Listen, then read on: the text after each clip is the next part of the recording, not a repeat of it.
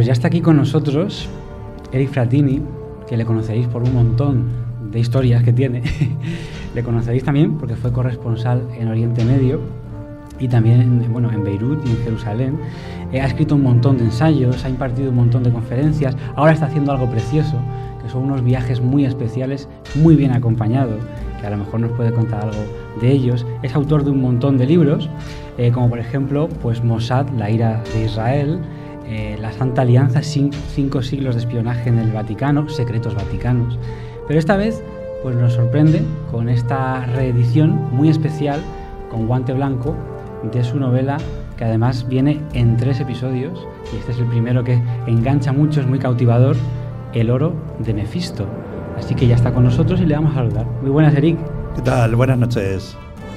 Bueno, lo primero, cuéntanos un poquito, porque el tema que hay de trasfondo os va a sorprender y os va a encantar a todos vosotros, pero cuéntanos un poquito lo que es esta saga, en qué consiste y qué va a encontrar la gente concretamente en El oro de Mefisto. El oro de Mefisto fue la tercera novela que yo escribí de una trilogía. Lo que pasa que, se publicó hace tiempo, lo publicó Planeta, el grupo Planeta, publicó las 3 novelas. Me habían retornado los derechos ya por temas contractuales con Planeta, y hasta que mi amigo Alberto Cerezuela, que está pirado... Y que está por aquí con nosotros. Está pirado y se ha dedicado al mundo de la edición, me dijo, oye, Eric, hijo, ¿y por qué no las recuperamos, aquellas novelas que tuvieron tanto éxito? Y lo único que yo le dije, le digo, vale, Alberto, pero a mí la única condición que te pongo no es ni de dinero ni nada, es que lo único que quiero es que se publiquen no en el orden en la que yo las escribí, sino en el orden temporal de las propias novelas, de la propia historia de la novela, pues es una trilogía, ¿no? Entonces, se ha publicado la primera, que es El oro de Mefisto, que es cuando el personaje principal de mis novelas, que es el cardenal Auguste Lienard, sí, que es un hombre muy poderoso en el Vaticano, es un seminarista durante la Segunda Guerra Mundial. La segunda es, que se publicará más adelante, es El quinto mandamiento, donde Lienard ha ascendido en el escalafón de la curia y se ha convertido en el prefecto de la entidad, el Servicio Secreto Vaticano. Y la última novela, que es El laberinto de agua, donde Lienard es el secretario de Estado, del secretario de Estado Vaticano. Así se han publicado, no en el orden en que yo las escribí. Es muy interesante porque lo que vais a encontrar es una historia que, definida por ti, no sé si habrás cambiado de opinión, pero dice 33% novela, 33% realidad, y ese 33% de ficción plausible, que es el que me interesa y en el que nos vamos a centrar también. ¿Cómo es esta ficción plausible?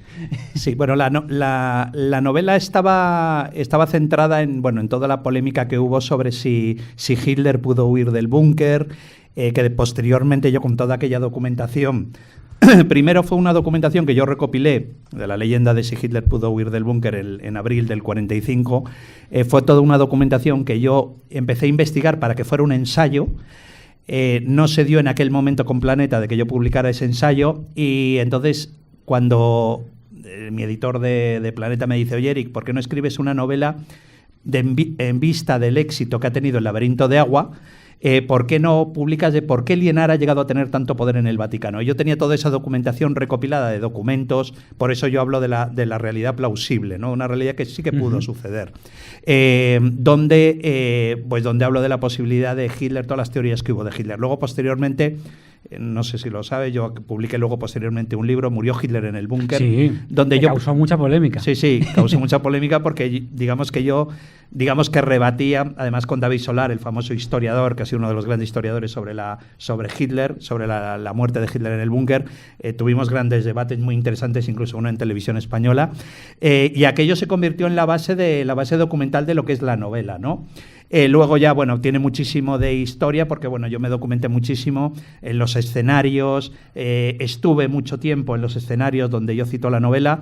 Incluso yo recuerdo que la presentación de la propia novela se hizo en Berchtesgaden, en la parte baja del nido del águila de Hitler. La presentación a la prensa se hizo en el comedor de Eva Braun, en el nido del águila de Hitler. Casi nada. Entonces, claro, digamos que todos los escenarios son reales, es decir, que la gente puede coger mi novela, ir a Múnich, a Berchtesgaden, y poder visitar los escenarios que yo cito en la novela. En el oro de Mefisto aparece una de las grandes preguntas o misterios de la Segunda Guerra Mundial, el tesoro incautado por los nazis. ¿Qué has podido averiguar de eso? Bueno, eso es otra leyenda más, porque sabes que, bueno, claro, hubo muchísimas leyendas sobre los famosos lingotes del Reichsbank, de si se tiraron en el lago Toplitz. No hay ninguna historia sobre el lago Toplitz. Lo único que se sabe que se descubrió en el fondo del lago Toplitz es que se descubrieron las planchas y muchas libras esterlinas, cajones de libras esterlinas falsas, que dicen que fueron de la operación que creó las SS para acabar con la libra esterlina, la estabilidad de la libra esterlina durante la Segunda Guerra Mundial. Eso fue lo único que se descubrió en el fondo del lago Toplitz, ¿no? Lo que pasa que, bueno, en base a esas leyendas, también lo que tú decías del 33% ficción, 33%, yo cogí muchas leyendas de esas para, digamos, ser como personajes secundarios de mi novela, ¿no? Se le daba una posible realidad en mi novela, pero era ficción, es ficción pura. La huida de las ratas, que los nazis huyeron, ya no es ningún tipo de leyenda. Prácticamente nadie se atreve a dudarlo. Pero es otro tema que también se trata en este libro. Y es muy interesante el concepto del pasillo vaticano. Sí. Y cómo se puede integrar tanto en el libro como... Porque también se habló de esto como una leyenda. No es una leyenda, es real. La mayor parte de los criminales de guerra más importantes que conocemos huyeron a través de lo que se llamó Operación Convento o Pasillo Vaticano. Yo incluso publiqué un libro sobre ello, donde todos los grandes criminales de guerra como Adolf Eichmann, que fue uno de los arquitectos del Holocausto, Josef Mengele, que fue el jefe médico de Birkenau, no de Auschwitz, como se dice, él era el jefe médico de Birkenau, del segundo campo más importante dentro de Auschwitz, Frank Stangl, el comandante de Treblinka, que condenado por 800.000 asesinatos, todos ellos huyeron a través del Pasillo Vaticano, principalmente protegido por dos organizaciones vaticanas. Una era Santa María del Ánima, que es la fundación, el seminario austroalemán de Roma, está muy cerca de la Piazza Navona, todavía existe, y otra era San Girolamo de Lirici, que era el seminario croata, porque Croacia en la Guerra Mundial eran pro-nazis, con Ante Pavelic, y todos huyeron a través del Pasillo Vaticano. Se les dio documentaciones falsas el propio Vaticano. Incluso hay un documento muy famoso de la inteligencia estadounidense, del Servicio de Contrainteligencia, donde se transmite una información diciendo que están cansados de Monseñor Montini, que es él quien está organizando todo el Pasillo Vaticano, y Monseñor Montini luego, sabes que con el paso de los años se convirtió en Pablo VI. Ahí es nada. Por cierto, que también te han dicho, ¿por qué te metes con el Vaticano? Y dices, no, es que yo solamente estoy informando. Bueno, es que yo además es curioso, porque yo con todos los ensayos que he escrito sobre el Vaticano, documentados, nunca he recibido ninguna crítica, digamos, más o menos oficial del Vaticano, pero luego, curiosamente, con la novela El laberinto de agua, que también publicará la editorial de Alberto, yo digamos que lo que venía a decir es, a lo mejor, fíjate qué teoría te iba a decir qué teoría tan estúpida, porque es ficción. Yo lo que venía a decir en la novela era que a lo mejor en la pasión de Cristo, a lo mejor no fue Judas Iscariote quien denunció a Jesucristo, a Jesús, sino que fue San Pedro. Y que como Jesús necesitaba cumplir la pasión, le dice a su principal, al más adorado, al más querido de sus discípulos, que era Judas Iscariote, que lo denuncie para poder cumplir ante el Sanedrín, para poder cumplir la... Eso es lo que dice el Evangelio de Judas, famoso, donde se descubrió, lo restauró National Geographic, existe el documento. Entonces yo con toda esa historia, pues basé un poco la novela, ¿no? Y bueno, recibí unas críticas atroces por parte del Opus Dei, con una carta oficial del prelado máximo del Opus Dei, con críticas del Opus Dei contra la novela, y aquello realmente, ¿qué te voy a contar? Aquello lo que me ayudó fue a vender miles de ejemplares en Italia, porque todo el mundo quería saber, y el diario La República me dedicó 2 páginas. Y entonces, claro, me preguntaban si realmente eso era cierto. Le dije que no, que era una novela, que era ficción, claro, y que no entendía por qué era tanta la polémica cuando era una novela. Por cierto, una preguntita antes de que nos metamos con Odessa, que me encanta, que es un tema que me apasiona. ¿Qué te gusta más o qué te ha gustado más en todo tu periodo de escritor? ¿La novela o el ensayo? Para mí escribir un ensayo es muy fácil. aunque suene un poco petulante, pero escribir un ensayo, si eres soy periodista, y siempre decimos los periodistas que a mí me da igual que tú me des una columna para contar una historia en un periódico, me des 500 páginas para contar una historia. Es un reportaje, yo escribo reportajes. Lo que pasa es que yo no escribo libros, yo escribo reportajes de 500 páginas, ¿no? Muy documentados, porque claro, yo cito nombres, cito apellidos. Me provocó en uno de mis libros, el libro de los Cuervos del Vaticano, me provocó una demanda por parte del director de hospitales vaticanos, que le acusé en el libro de tener relaciones con Andangreta, la mafia calabresa, y me provocó una demanda ante los tribunales de Roma, ¿no? Me provocó también otra demanda por parte del juez antimafia de Calabria, que me llamó a declarar a través de la Audiencia Nacional por una cosa que yo ponía en el libro. Pero ¿sabes qué pasa? Que si yo pongo tu nombre y tu apellido en un libro mío, quiere decir que lo tengo muy claro. Si no, pondré tus iniciales, o si no lo tengo muy comprobado, porque como estás vivo, me puedes reclamar ante los tribunales. Si estás muerto hace 500 años, no tengo ningún problema. Claro. Una novela es mucho más complicada. Una novela... hace poco he recibido una oferta a través de mi editorial del Grupo Planeta también, diciendo que sí, porque no vuelvo a la novela, porque no escribo una novela. Y para escribir una novela hay que tener una gran disciplina, hay que tener mucho tiempo, porque claro, tú escribes sobre un personaje que es Hitler basándote en documentos. Si tú metes a Hitler en una novela, tú ya tienes que crearle una forma de hablar, una forma de expresarse, una forma de moverse. Entonces, claro, ya es todo ficción y es muy complicado, es muy difícil. ¿Y te ha pasado aquello... hay que ser un experto, hay que ser Arturo Pérez Reverte o Javier Sierra o para escribir una novela. ¿Te ha pasado aquello que se dice que a veces las tramas y los personajes se te van de las manos en lo que tú tenías pensado en un principio? Mira, el que me dio el mejor consejo sobre eso fue Arturo. Mi amigo Arturo Pérez Reverte. Arturo me dijo, cuando un personaje secundario no sepas qué hacer con él, mátalo. Porque es la mejor forma. Cuando sabes que, y nos ha pasado a todos los que hemos escrito novelas, ese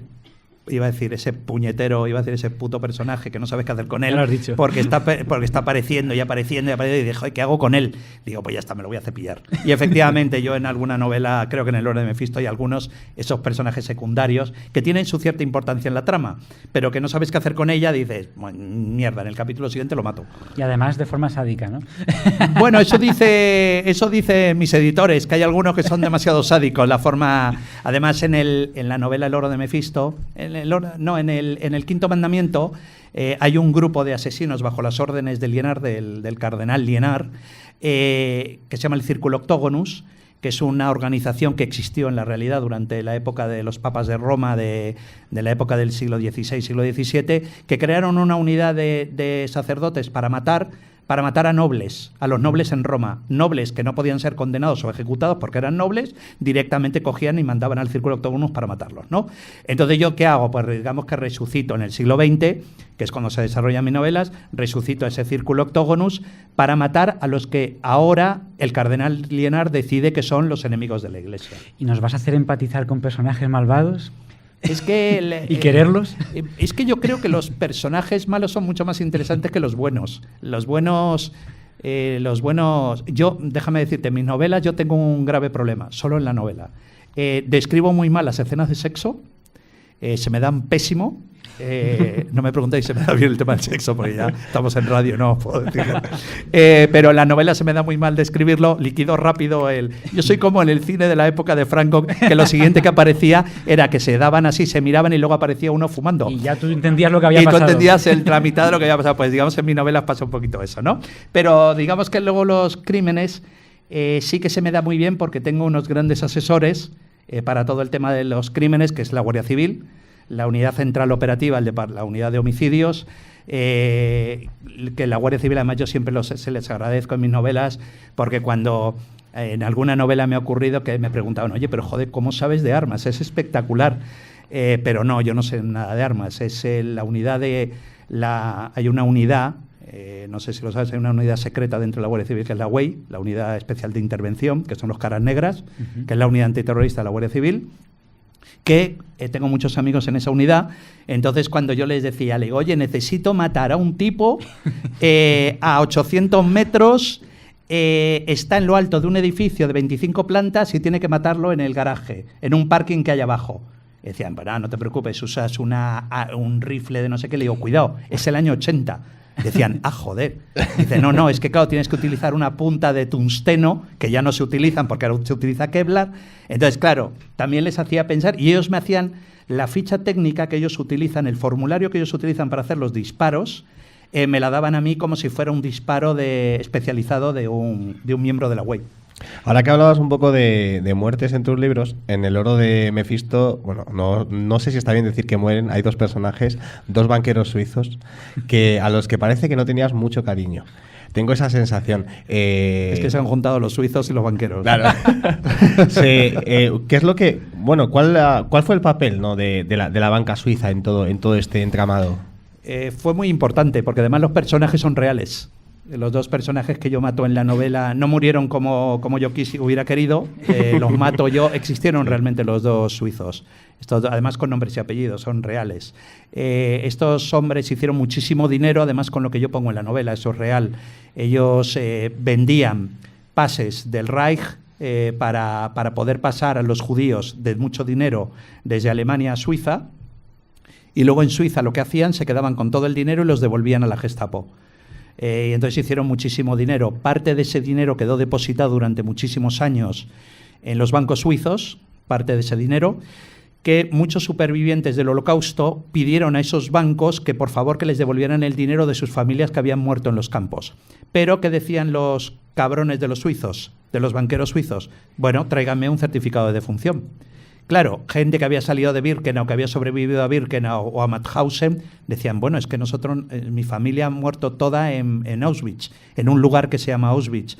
Entonces los suizos decían, pues lo sentimos mucho, hasta que no me traigan el certificado de defunción. ¿Qué hicieron con ese dinero? Se lo fueron invirtiendo en el propio gobierno suizo.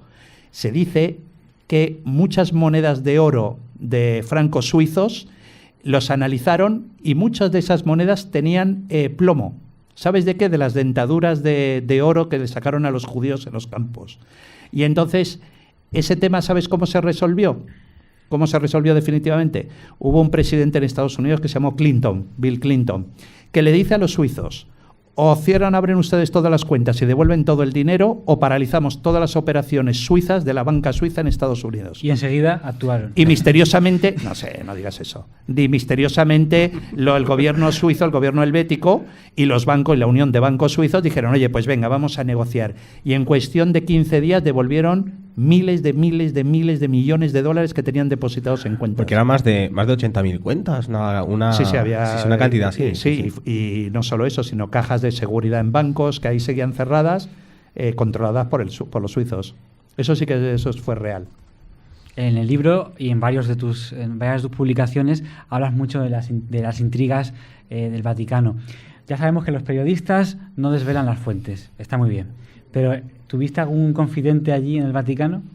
Bueno, sí. Claro, tengo...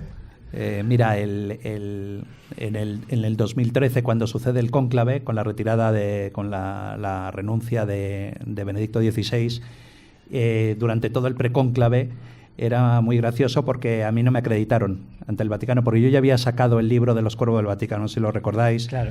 Que lo saqué además en el mes de octubre, diciendo que probablemente Benedicto XVI iba a renunciar.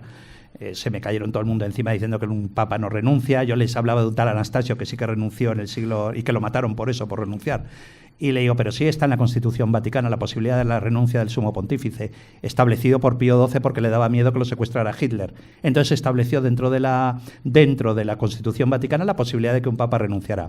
Yo en el mes de octubre dije que posiblemente Benedicto XVI iba a renunciar, todo el mundo dijo que imposible, que eso no sucedía nunca, que no sé qué, y efectivamente 5 meses después el Papa anunció ante el grupo del Concilio de Obispos, dijo que renunciaba al trono de Pedro. Bueno, claro, a mí el padre jesuita, que era el portavoz vaticano, no me quiso acreditar para poder cubrir el precónclave. Y entonces, ¿yo qué hacía? Me iba a una cafetería justamente enfrente que tenía wifi, de la Puerta de Santana, muchas lo conoceréis. Yo me sentaba al fondo de la cafetería y lo divertido era que venían muchos periodistas españoles para decirme, oye, Eric, ¿qué dicen en el interior del Vaticano? Porque claro, yo tenía mis fuentes y yo mandaba crónica diaria a Antena 3, en ese momento lo cubrí para Antena 3, Qué bueno. Televisión. Y fue a través de las fuentes que tengo. Espero que no se me mueran ninguna o que los maten. Bueno, pues vamos a continuar y vámonos con el tema de Odessa. Ya sabemos que es un tema bastante transversal en estas novelas, concretamente en el Oro de Mefisto, organización que pretendía, no sé si está bien hablar en pasado, resucitar pues una especie de cuarto Reich.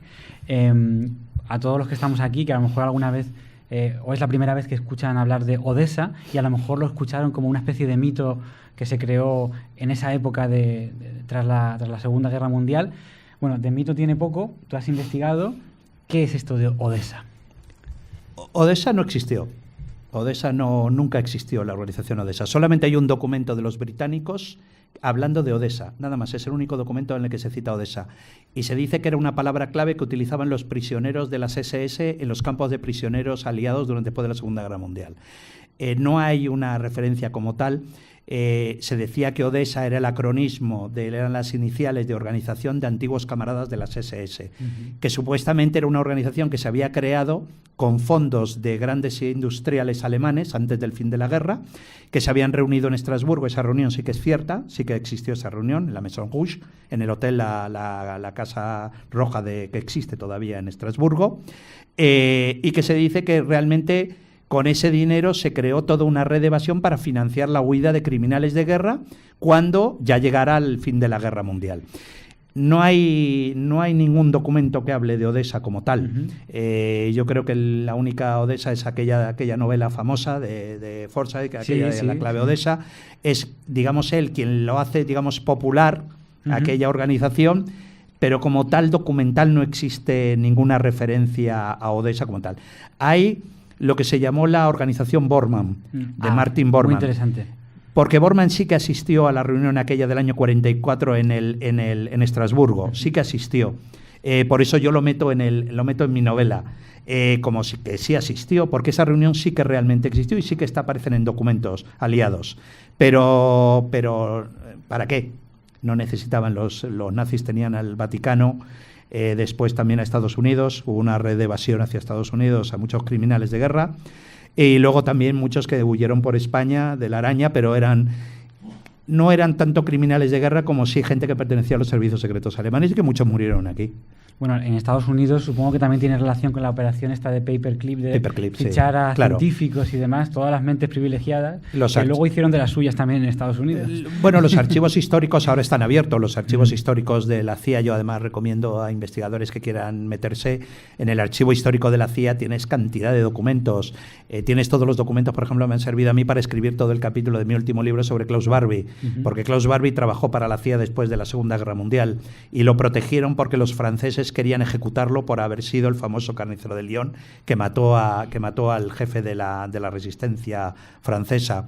Y creo que fue durante el gobierno, pues fíjate, yo creo que fue durante el gobierno de Bush hijo, cuando tuvieron que pedir disculpas públicamente a Francia por la protección de Klaus Barbie. Y fue con Bush hijo, o sea que imagínate si pasaron años y lo habían protegido y lo protegieron, incluso en Argentina, incluso Barbie cuando está en Bolivia, que ya es cuando finalmente llega la democracia a Bolivia y lo detienen y lo extraditan a Francia, donde es juzgado y condenado a cadena perpetua. En esa reunión que comentabas de Martin Bormann, había pues personas del momento pues que tenían un peso muy específico. Aparte de este señor, ¿quién podíamos encontrar allí? Pues estaban los Thyssen, los famosos, las grandes empresas, los grandes magnates de la industria alemana que habían pagado y financiado al régimen nacionalsocialista y que habían ganado mucho dinero, incluso con mano de obra esclava. Estaban los Krupp, que son los que hacen los Finger ahora famosos hacen los Finger para los aeropuertos. Krupp, la industria Krupp, pues los Krupp, estaba la gente de Thyssen, el abuelo del que tiene aquí el museo, es decir, que participaron muchos industriales. Estaba la IG Farben, los representantes de la IG Farben, que después se convirtió en Bayer, porque tuvieron que cambiarle el nombre, porque claro, se hicieron tristemente famosos porque eran los que fabricaban el Ciclón B, con el que mataban a miles y miles de personas en las cámaras de gas. Fue todo el aparato financiero y que asistieron, porque incluso hay un documento aliado donde te habla de toda la lista de todos los que participaron en esa reunión de Estrasburgo. Y en un hotel que te digo que todavía existe, en la plaza principal de Estrasburgo. El tema de la gran evasión, de la huida de estos criminales que por supuesto hubieran sido juzgados con mayor o menor gravedad, por un lado, lógicamente, para librarse de condenas y demás, pero por otro es verdad que puede haber un trasfondo de regresar a Alemania cuando pasara el tiempo y refundar un Reich. Yo creo que no. Yo creo que la protección que recibieron, por ejemplo, del Vaticano, yo creo que es porque Pío XII, claro, hay que contar, claro, la Europa que se vivía después de la Segunda Guerra Mundial, con un terrible pánico al comunismo de Stalin, ¿no? Había un pánico inmenso porque además se realizaron operaciones encubiertas entre la CIA y el Vaticano para impedir que el Partido Comunista Italiano pudiera ganar las elecciones después justamente de la Segunda Guerra Mundial. Estamos hablando del año 46 en Europa, una Europa devastada, donde Grecia estaba a punto de una guerra civil porque los comunistas griegos querían hacerse con el poder con el apoyo de Stalin. Entonces yo creo que Pío XII en ese momento, Pío XII prefería a un nazi que a un comunista. Y yo creo que Pío XII siempre pensó, yo creo que siempre lo pensó, hasta el mismo día de su muerte, en los años 50, siempre pensó que Stalin iba a terminar invadiendo con los tanques Italia y ocupando el Vaticano. Y entonces yo creo que él entendía que los que mejor habían luchado contra las células comunistas había sido la Gestapo y las SS. Y yo creo que por eso un poco la protección que le dio el Vaticano a este tipo de personas, para evitar porque él tenía pánico al comunismo, creo yo. Bueno, tenemos también entre el público a nuestro amigo Pablo Villarrubia, que ha investigado mucho la huida, especialmente en Sudamérica, sí. Por ejemplo en Brasil. ¿Cuáles son los lugares favoritos, entre comillas, de los nazis que huyeron hacia Sudamérica? Todos huyeron a Argentina. Todos huyeron a Argentina. Lo que pasa es que hay un momento en el que Perón, que era el presidente, que es el que les da protección, Perón en un momento cierra las fronteras a los alemanes, porque está recibiendo presiones de los países aliados. Y entonces en un momento esos nazis, incluido Franz Stangl, que era el comandante de Treblinka, se ven obligados a huir hacia Oriente Medio y se van grandes nazis como el propio Franz Stangl o Alois Brunner, que era el mano derecha de Eichmann, y se marchan a Siria, porque Siria en ese momento les da protección. Uh-huh. Lo que pasa es que en un momento Perón vuelve a abrir otra vez las fronteras y vuelven todos a Argentina.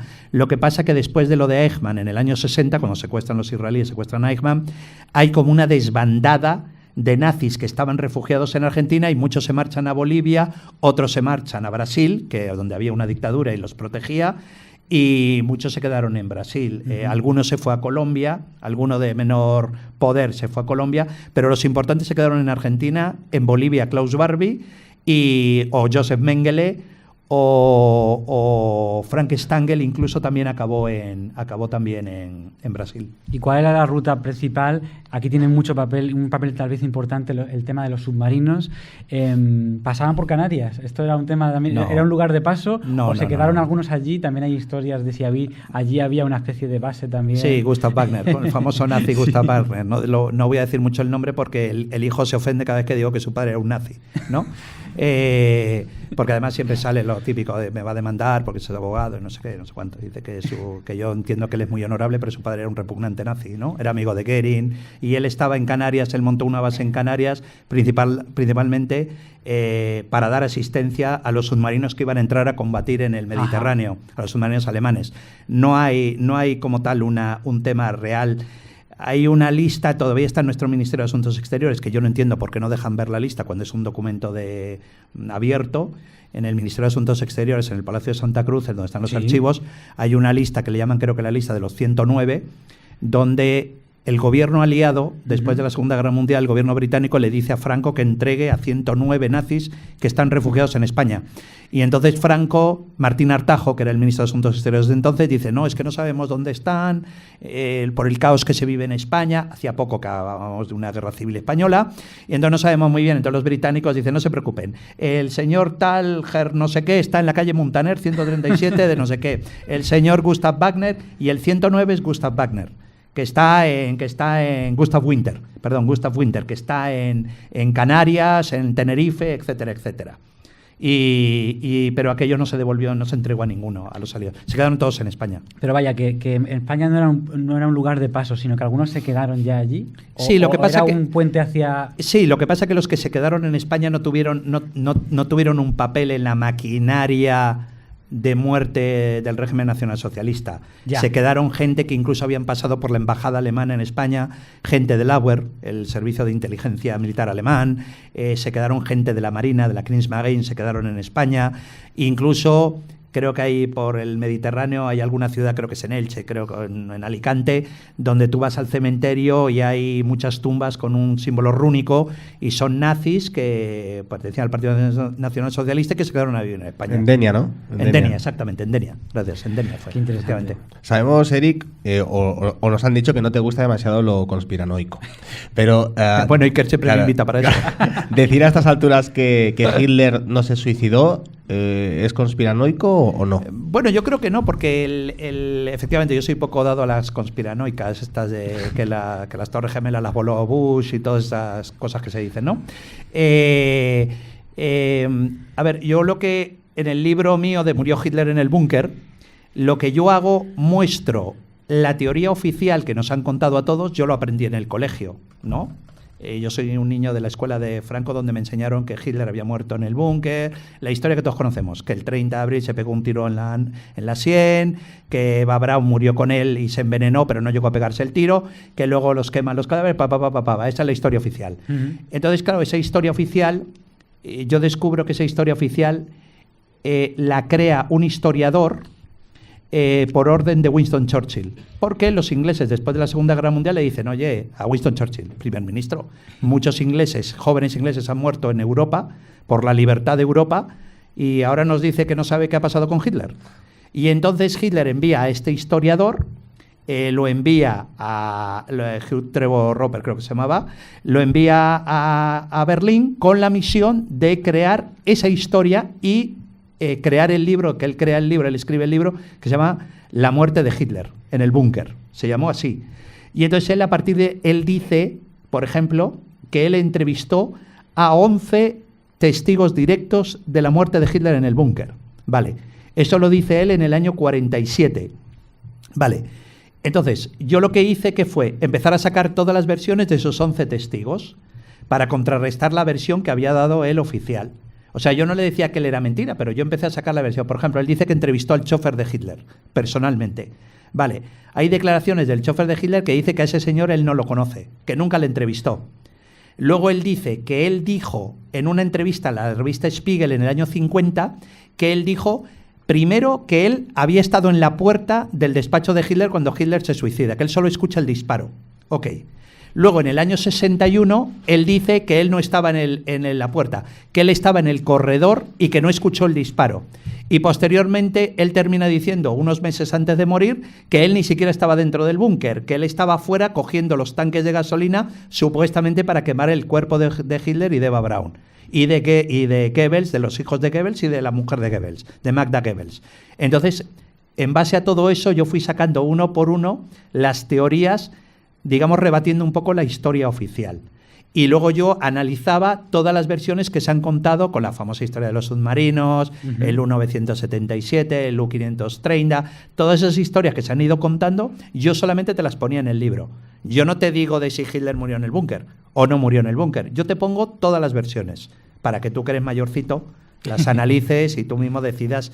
Yo ahora me preguntaré, ¿tú crees que murió en el búnker? Pues mira, he leído más de 3.000 documentos, incluidos carta de Hoover, diciendo hemos detectado a Hitler en la Argentina, firmado por J. Edgar Hoover. Pues mira, yo me creo en un 50% que se suicidó y un 50% que se escapó. ¿Y el tema de los análisis que supuestamente se hicieron a sus restos mortales, etcétera, etcétera? Bueno, eso el que tiene acceso, los soviéticos tuvieron durante años un trozo del cráneo de Hitler, supuestamente, y la mandíbula inferior izquierda de Hitler, supuestamente. Hace pocos años dejan que Nick Belantoni, que es un médico antropólogo de una universidad estadounidense, dejan que acceda a un trozo de la mandíbula y un trozo del cráneo. Y él descubre, porque ahora hay una cosa que se llama ADN, maravillosa, que te puedes decir hasta la gripe, cuando sufriste la gripe, dice que ese trozo de cráneo y ese trozo de mandíbula pertenece a una mujer de 33 años, entre 33 y 39 años. Por lo tanto, no era Hitler. No, desde luego. Y tampoco era Eva Braun, porque tampoco tenía esa edad cuando ella muere en el búnker. Entonces, esa era la prueba irrefutable que tenían los soviéticos, los rusos, de que Hitler murió en el búnker y se quemó el cuerpo. Entonces, no hay ninguna prueba. No existe ninguna prueba de si Hitler murió en el búnker.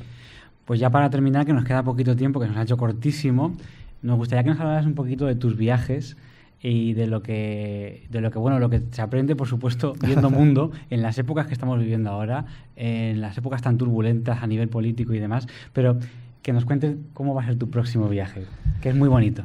Pues mi viaje me permite estar alejado de la realidad de este país. Desde luego. Que es tan jodida esta realidad que prefiero estar fuera mucho tiempo, ¿no? Y bueno, vienes de la Annapurna, que ahí es nada. Vengo de la Annapurna, del Valle de la Annapurna, me he tirado un mes ahí. Y bueno, en el año 2015, uno de mis grandes amigos, que es Luis Miguel Rocha, un escritor portugués muy famoso, en el 2015, en marzo, muere de cáncer, en el marzo del 2015. A mí me entra que no me apetece escribir nada, no tengo más que contar nada a nadie, ya he contado bastante en 32 libros, y digo, no tengo nada más que contar a nadie. Y entonces decido esa misma noche, me lo comunican por la mañana y por la noche se me ocurre subirme a 5 chicas con cáncer al Kilimanjaro, la montaña más alta de África, ¿no?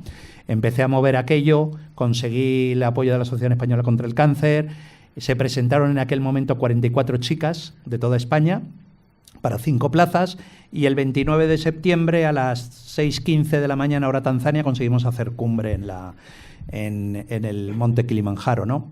Aquello que fue un sueño, pues yo dije, venga, pues ya está, ya lo he hecho por mi amigo Luis Miguel.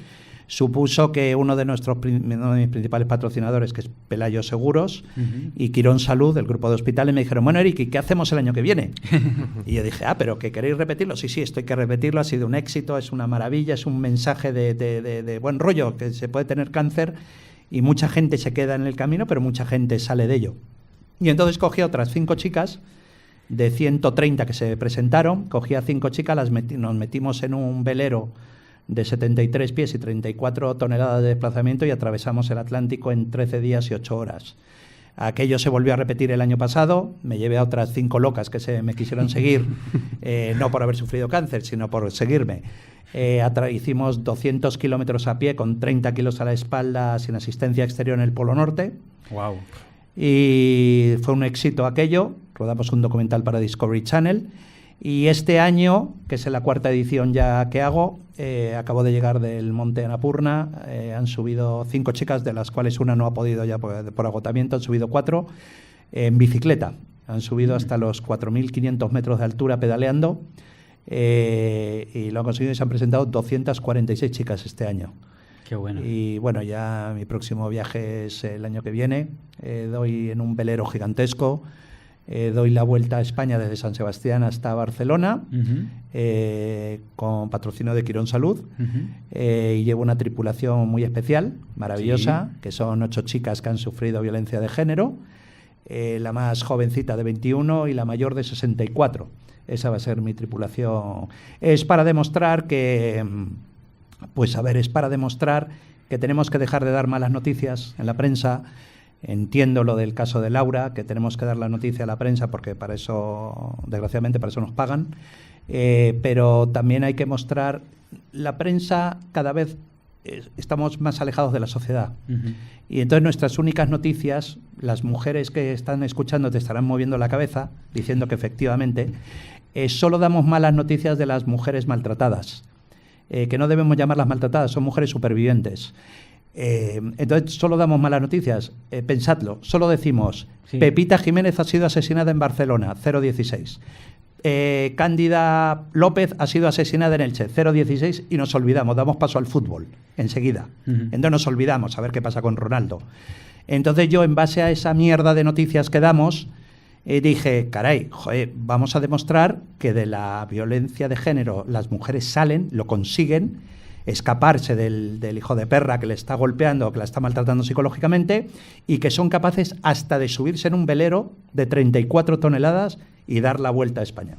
Y eso lo hacemos en mayo-junio posiblemente. Pues con este aplauso le damos las gracias a Eric Fratini.